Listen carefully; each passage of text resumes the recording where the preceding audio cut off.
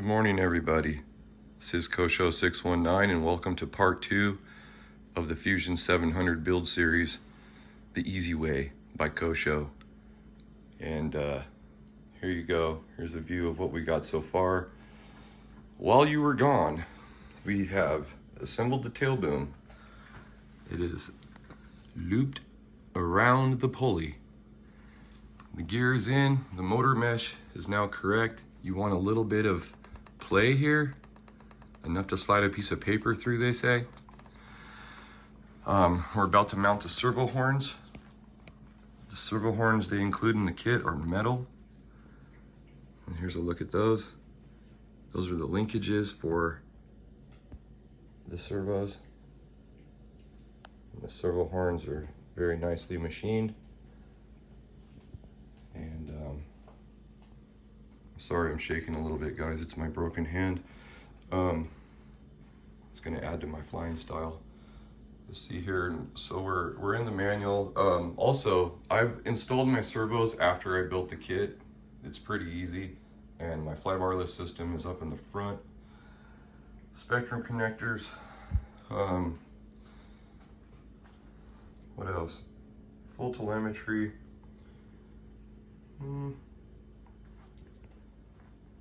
See you in the next clip. We're going to center those servos. Okay, guys, so here we are.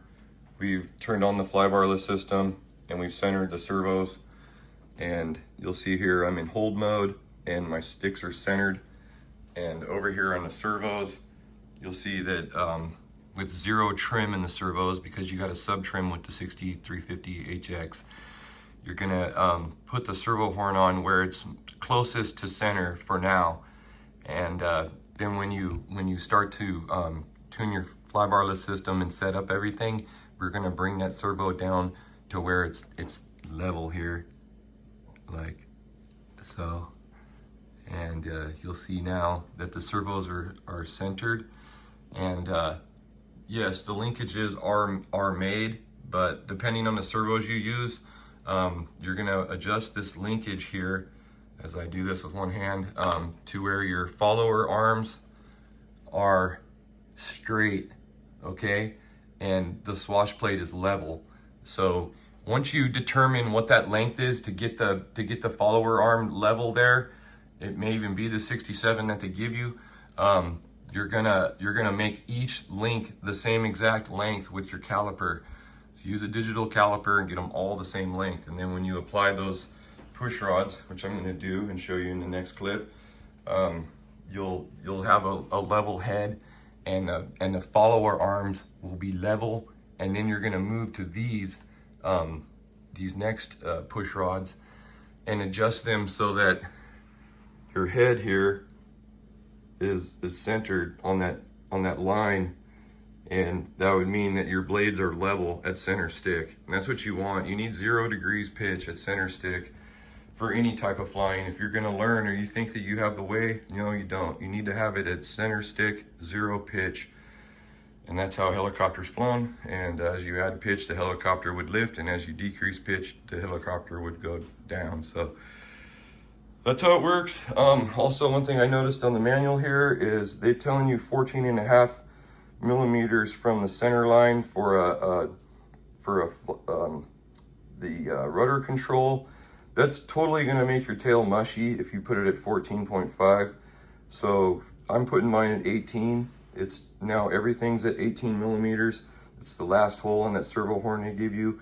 And what this does is actually give you complete throw on the tail and also speed up the gyro capability so that the servo can actually respond to the input. If you think about it, it's a big lever. If I'm inside here, the man don't move so far, and as this goes up and down, and you don't have no leverage. So out here, you got a bunch of leverage, and it actually moves further because of the way that math works and geometry. And you want that further throw. That'll get you full right and full left, no problemo, okay? So that's one note that I just found. And here we go. Okay, everybody, so the servo horn is installed. And I wanted to note the length that I'm at is 26.88, but basically what I'm getting to is the linkages in the kit seem to work for the H6350 servos that I always use. Boom. And you're okay to install the linkage there, but please verify that all the linkages are the same length and then install them. Okay, everybody, pay attention closely, okay? If you look at this ball link here, it only goes on one way. You see our blade symbol?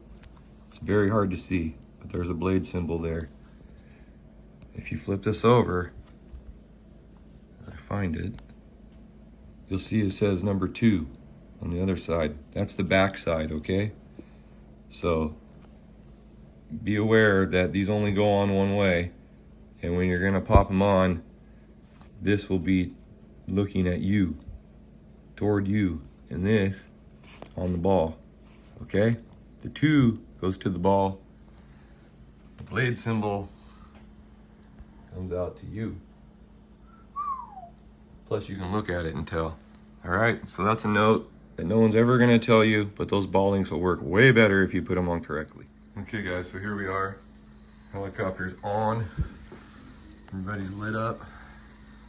The servos are 90 degrees to the frame, and as we apply positive pitch, it goes up. As you bring the stick down, the swash goes down. For your inputs, left, right, forward, backward, then the tail. One note for the tail. A right turn is towards the boom. We're talking nose right, and this is nose left, nose right, nose left. When you check your flybarless system on the table, please verify that the compensation is working correctly. See that mine goes all the way to each direction, and there's right rudder, and there's left rudder. There's right rudder, and there's left rudder.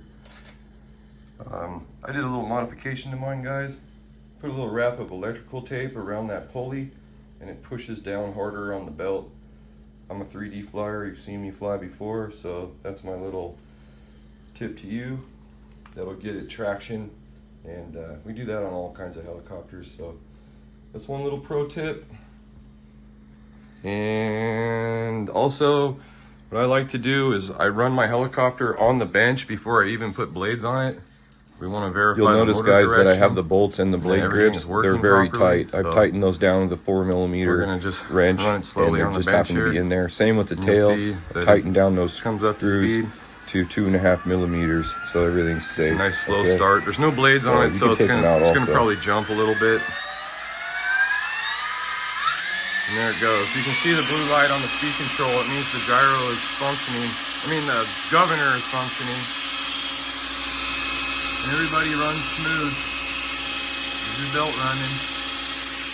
And take a look at the tail. Everything working? Looks like it's working. The head turning. Shut it down with hold mode. Okay? Not a problem to check your stuff. This is a big helicopter. You need to be safe. You need to verify that everything is working on the bench. And the swash plate is level. The stick is all the way down now. All right, guys, so the swash plate is center stick. Here's a view from the front. You can see it's level to the motor. All right. Follower arms are straight. The hash marks on the top of the head are lined up. So now we'll put the blades on it and we're going to do some tracking. It's probably out within 1 degree or so. I'm pretty good at setting up helicopters, and we'll get this to be 13 degrees positive and 13 degrees negative, and I'm going to use probably, well, 12 degrees is what the 6350HX calls for. So set your cyclic to 12 degrees if you're using the 6350HX, and if not, do what the flybarless system says. Okay. See, sexy. It's got the battery mounts. The batteries come out right here. There's a little plug. You can slide them in and out, and then when it goes in, you pull this guy up, I was gonna do it for you, but we'll do that now. Here's the battery tray coming out. Maybe it's stuck on Velcro, of course. Ugh. But you get the idea. This bad boy just slides in there, clips in, okay? Okay guys, my dog's starting to wonder if we're gonna go do anything here in the 105-degree heat, but he says, give me some water, Pop. Lou, the fusion is done. It's super nice, guys. The quality is unbelievable. It's very sturdy. I've had it on the scale. So far it seems to weigh about 11 pounds with the battery in it. I don't know if that's accurate, but if it is, it's gonna be nice to fly.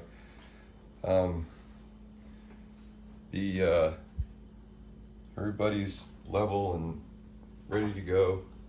Batteries are in it. I've wired it very clean. There's no exposed wires on my helicopter.